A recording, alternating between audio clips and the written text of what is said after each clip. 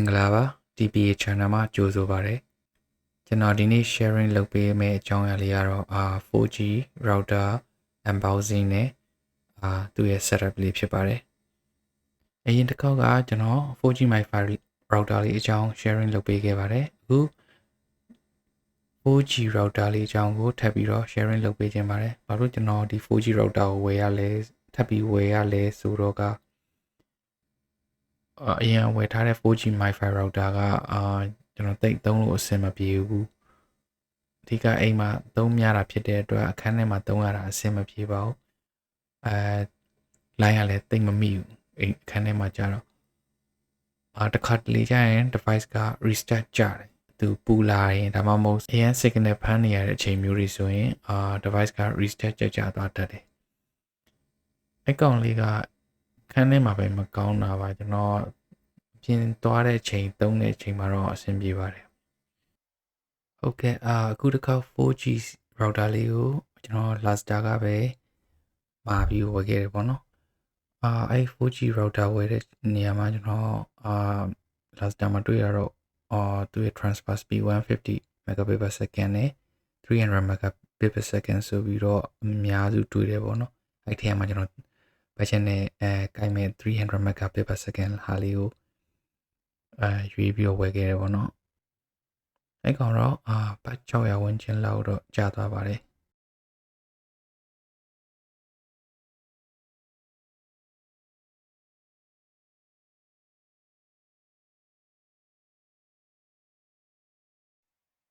ကဲ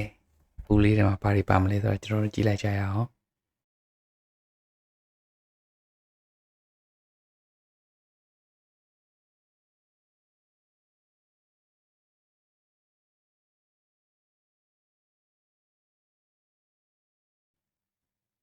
ပါနေကြအတိုင်းပဲ manual တစ်ခုပါမယ်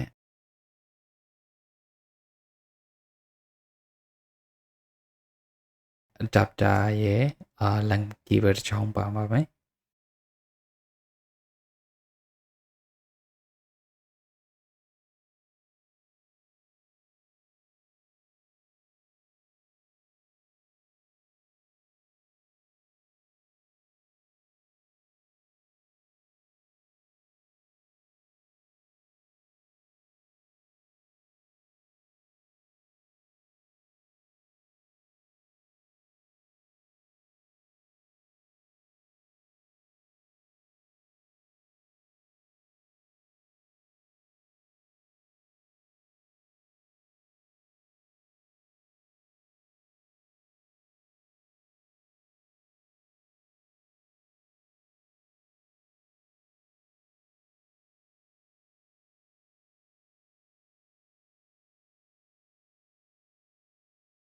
router ရဲ့အနောက်ဘက် port တွေအနေနဲ့ကတော့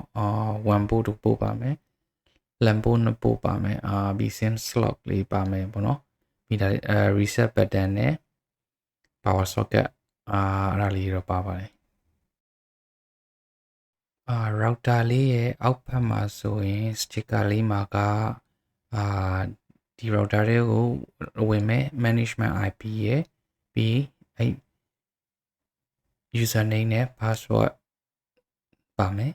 ပြီးရင်သူ့ရဲ့ default Wi-Fi name နဲ့ password ပါမယ်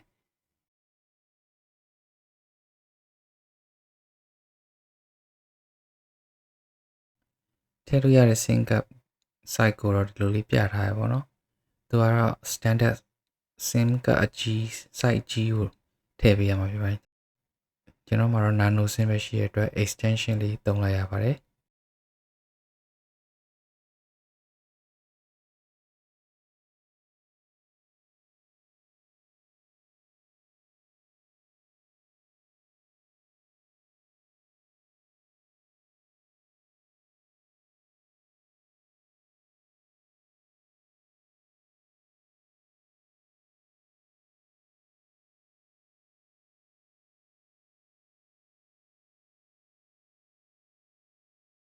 power လေး online ပဲပေါ့နော်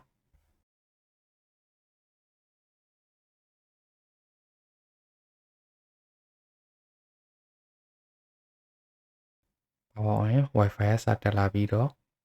ပြီးရင် phone line signal ကမီလီယာလိမ်မော်ရောင်လေးဖြစ်နေသူ processing လုပ်နေတော့မှရှိပါသေးတယ်အဆင်ပြေတော့အစိမ်းရောင်လေးကိုပြောင်းသွားရင်စသုံးလို့ရပါပြီ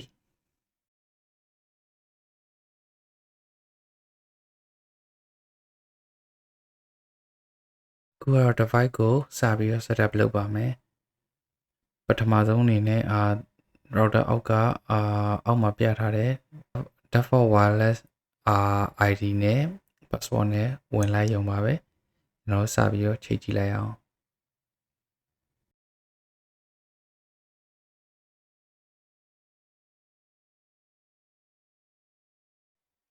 ပုံမှန် user တယောက်အနေနဲ့ကတော့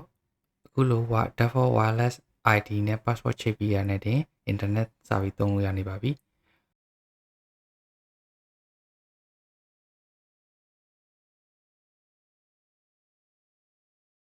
ဆက်ပြီးသွားမယ့်အပိုင်းလေးကတော့advanced user တွေအတွက်ပေါ့နော်wireless ID နဲ့ password ကိုစိတ်ကြိုက်ပြောင်းလဲမယ်ပြီးတော့device ရဲ့လုံခြုံရေးအတွက် default username နဲ့ password ကိုချိန်ပေးပါမယ် device အတွက်ပါဟုတ်ကဲ့ချိန်သွားပြီဆိုတော့ browser လေးကိုခေါ်လိုက်ပြီး browser တစ်ခုခုကိုခေါ်လိုက်ပြီးတော့ခုနrouter အောက်ဘက်က sticker လေးမှာပါတဲ့ IP လေးကိုရိုက်ထည့်လိုက်ပါမယ်အဲ့ကောင်ကတော့ router ရဲ့ IP နောက်တစ်ခုက gateway IP ဖြစ်ပါတယ်username နဲ့ password တောင်းတော့ sticker လေးပေါ်ကပဲdefault username နဲ့ password ကိုထည့်ပေးလိုက်ပါမယ်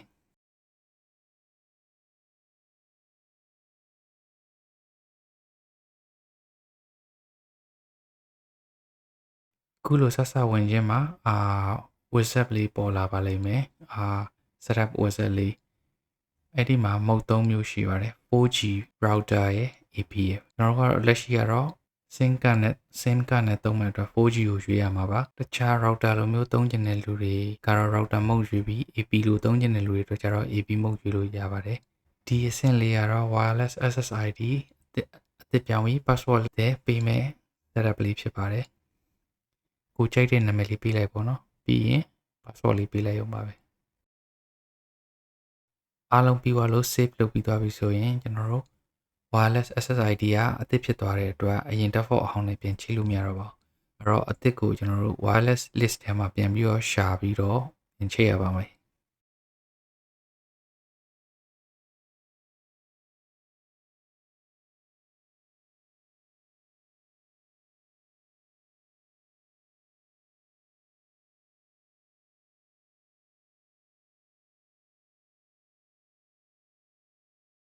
ကျန်တဲ့အပိုင်းလေးတွေကတော့ကို manual ပြင်ချင်တဲ့အပိုင်းပြင်ချင်တာလေးရှိရင်ဒီနေရာလေးမှာပြင်လို့ရတယ်ပေါ့နော်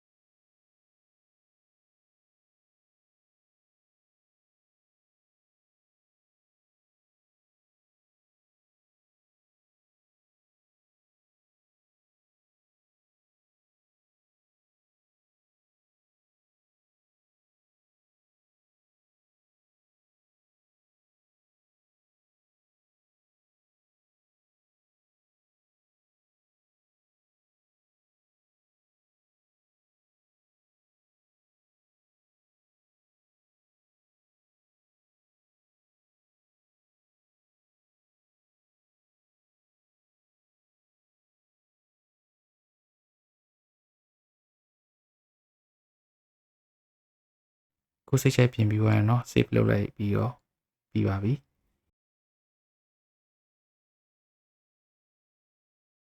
device ရဲ့ login password ကိုလည်းချိန်ဖို့မမိတ်ပါနဲ့ device ရဲ့ login password ကိုလည်းဒီလိုမျိုးလေးချိန်လို့ရပါတယ်ကိုကြိုက်တဲ့ password ပေးထားလို့ရပါတယ်